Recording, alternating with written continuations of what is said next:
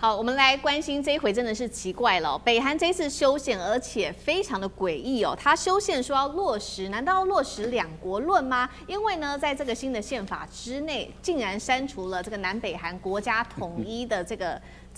話語哦，並且呢，確定了國家的元首，也就是金正恩本人。那麼還確立了就是核武的指揮權。現在看說要把這個核武呢給入憲，是不是因為看到美伊戰事，所以他們要把核武給入憲呢？金正恩他這邊說絕不會放棄核武來護身哦。那麼今天就這些議題，我們會一起來特別做關心。這次修憲真的不是小修，我們要趕快來看到，其實呢，整個國家的敘事可以說是重新來改寫了。新的憲法有幾個變化很直接。第一個，我們來看到，剛剛特別講到了嘛，最新的這個修憲的憲法裡面，把這個全面刪除的字眼，包括了民族統一，全部都給刪掉，被大家解讀說，現在是意思說要走向兩國論了嗎？第二件事情是地緣關係的改寫，已經不會刻意談說南北韓在這當中有一個海上的邊界了，也就是把它弄得這個邊界變得很模糊。第三件事情是金正恩的地位升格為國家元首啊，就是國務委員會的委員長，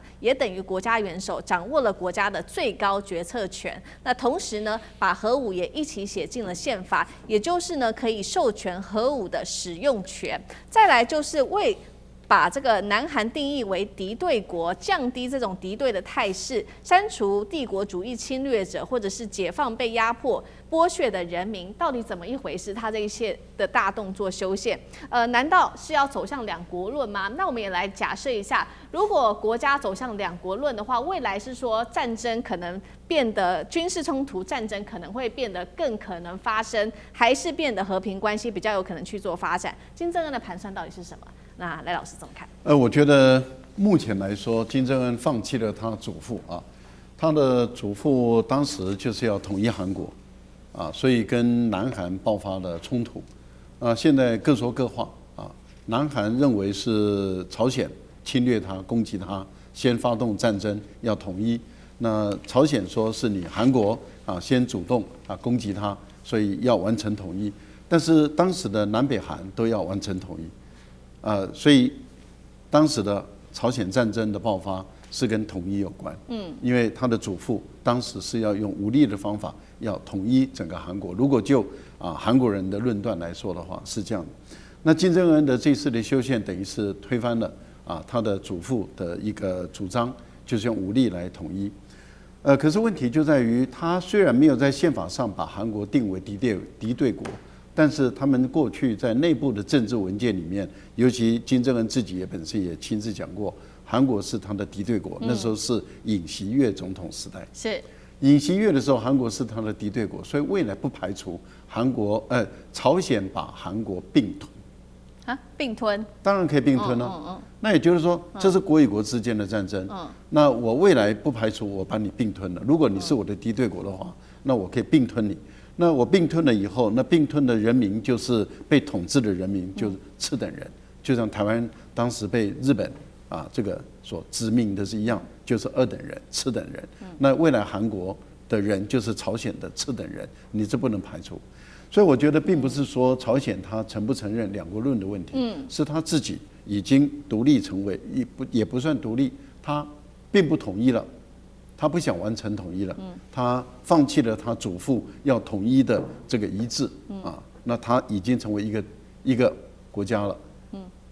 但是韓國會不會成為敵對國？那可是也可不是。尹錫悅的時候是敵對國，非尹錫悅時代的時候，目前來說看起來非敵對國，但是之後如果變成敵對國的話，他就可以把它併吞了，那又不一樣了。是好，那值得關注的是這一次的憲法當中，我們還要特別關注到，就是寫進了這個核武入憲，是不是因為看到了這個美伊戰爭，所以北韓特別的緊張呢？那另外就是北韓駐聯合國大使也說了，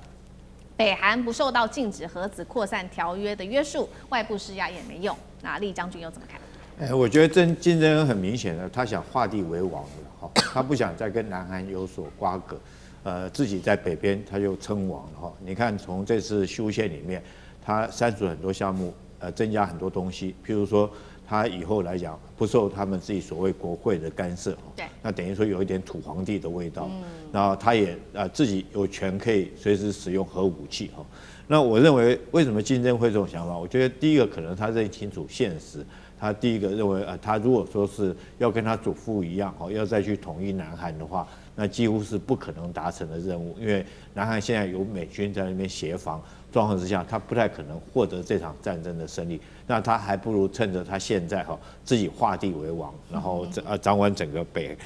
整個朝鮮哈。那第二個，我覺得金正恩會有這種想法，是不是也為他女兒在鋪路哈？這個如果說他在這一代，他前面2代都已經沒有辦法統一韓國了，那你說他如果說要扶持他女兒，將這個重責大任交給他女兒更不可能達成，所以乾脆在他自己任內，他就做了這個工作。但你要知道，如果說是他真的化成兩國論以後，兩國之間軍事的關係就很微妙的改變。以前來講，如果說是不管是南韓攻打朝鮮或朝鮮攻打南韓，他們都認為定位為自己國內的內戰，那互相打來打去。但互相是一個國家之後，你去攻打另外一個國家，包括如果韓國去攻打它，那就變成侵略戰爭，美軍變成侵略戰爭，那就要接受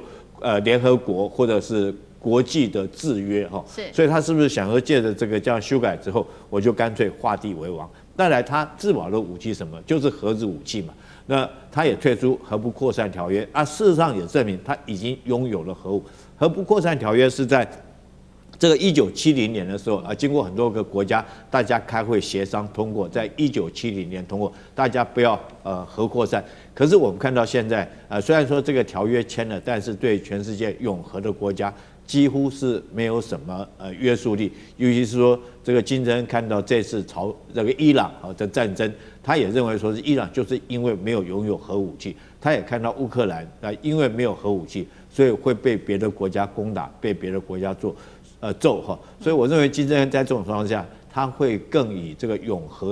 核自保了。我們不能講說永核自重，但是永核自保，他會不停的跟全世界各國講說，我有核武器，你們不要打我。那但是你要知道，美國會不會允許他？美國他可能還會繼續去制裁他。可是就安全跟經濟兩者，還有他個人的這種政治前途來講的話，這個餓肚皮對被制裁，窮的苦的是這個朝鮮的老百姓，可是他一樣保有他這個元首的一個地位。當然，我覺得說在各種考量之下，他可能會以擁有核武來自保，是他最重要的一個選項，也是他唯一一個選項。是好，所以我們看到這個金正恩大動作，是不是如將軍帶我們特別看到，就是畫地為王，直接說朝鮮南韓是一個國家。那同時是不是真的是為了13歲他的女兒金主愛未來接班開始做鋪路嗎？因為有幾個焦點，大家會覺得說是不是在做鋪路？也就是因為金主愛最近常常出現在大眾的面前，包括跟他的父親一起參加軍事行動，軍事的活動，然後再出現在飛彈的試射場，還有開坦克的畫面。再來就是他的衣着被大家說越穿越大人化，越來越正式，穿套裝啊、裙裝正式風格，有時候還跟他的父親一起一樣哦，穿這種黑色皮衣，營造父女同款，有點像是權力的延伸、權力的象徵。楊老師怎麼解讀？是啊，你講的沒有錯，因為在北韓這麼高度符號化的政權呢，服裝不只是審美，其實也是一種政治的表現。那金主愛作為金氏王朝的第4代嘛，哈，那他雖然只有13歲，可是他4年之前，在2022年那個時候，北韓在試射新型的彈道飛彈的時候，他就在那個時候出現。那個時候出現，他穿的是什麼衣服？是就是大衣。有一點白色，顯現着好像是跟金正恩是一個溫暖的一家人，哦，那但是他從來沒有跟他的父親和母親同時3人出現，所以他都是跟他父親而已，啊，因此那個時候雖然他只有9歲多，但呈現的你看是一種溫暖的家人，也就是說這是一個這個領導人領袖的家人，可是很快的哈，大概在1-2年之後，他的服裝就開始改變了。那比這個思敏主持人服裝改變還快，那他改變的變得比較成熟化了，穿那種大衣的雙排扣，哦，有一點慢慢的接近金正恩。那這幾個月他的服裝啊，2大特點，軍裝、皮衣，這個基本上是金正恩的這個標配啊。也就金正恩他現在作為北韓的領導人，他不是到哪裡就是穿那個固定的西裝，要不然就是有點穿軍裝哦，特別在軍事的场合，要不然他就會穿他那個皮衣，配他那個公雞頭。哦，但是呢，金主愛的出現的時候，到這幾個月跟着他父親一起有穿軍裝，也有穿皮衣，這個就代表是哦，他已經開始，雖然只有13歲，但已經他進入到，只是從領袖的家人進入到第4代接班人。這個意涵就很清楚、很明顯的在塑造這種感覺。哦，那尤其這個過程當中還有另外一位女性，那個時候我們大家都猜測會不會她是金正恩的接班人，就金宇正，金正恩的妹妹。那金宇正其實最早在川普1的時候，其實那個時候的川普跟金正恩的川金會的時候，他都有出現過。哦，而且他也那個時候跟南韓有相互動。哦，那可是後來他整個又支持金正恩整個掌控北韓，他穿的就是比較職業套裝。哦，那現在金主愛穿的跟他爸爸的領袖風格一樣，我覺得那個第4代的代表的接班的精神就已經很清楚的在塑造這個當中。但當然是不是我們就不知道。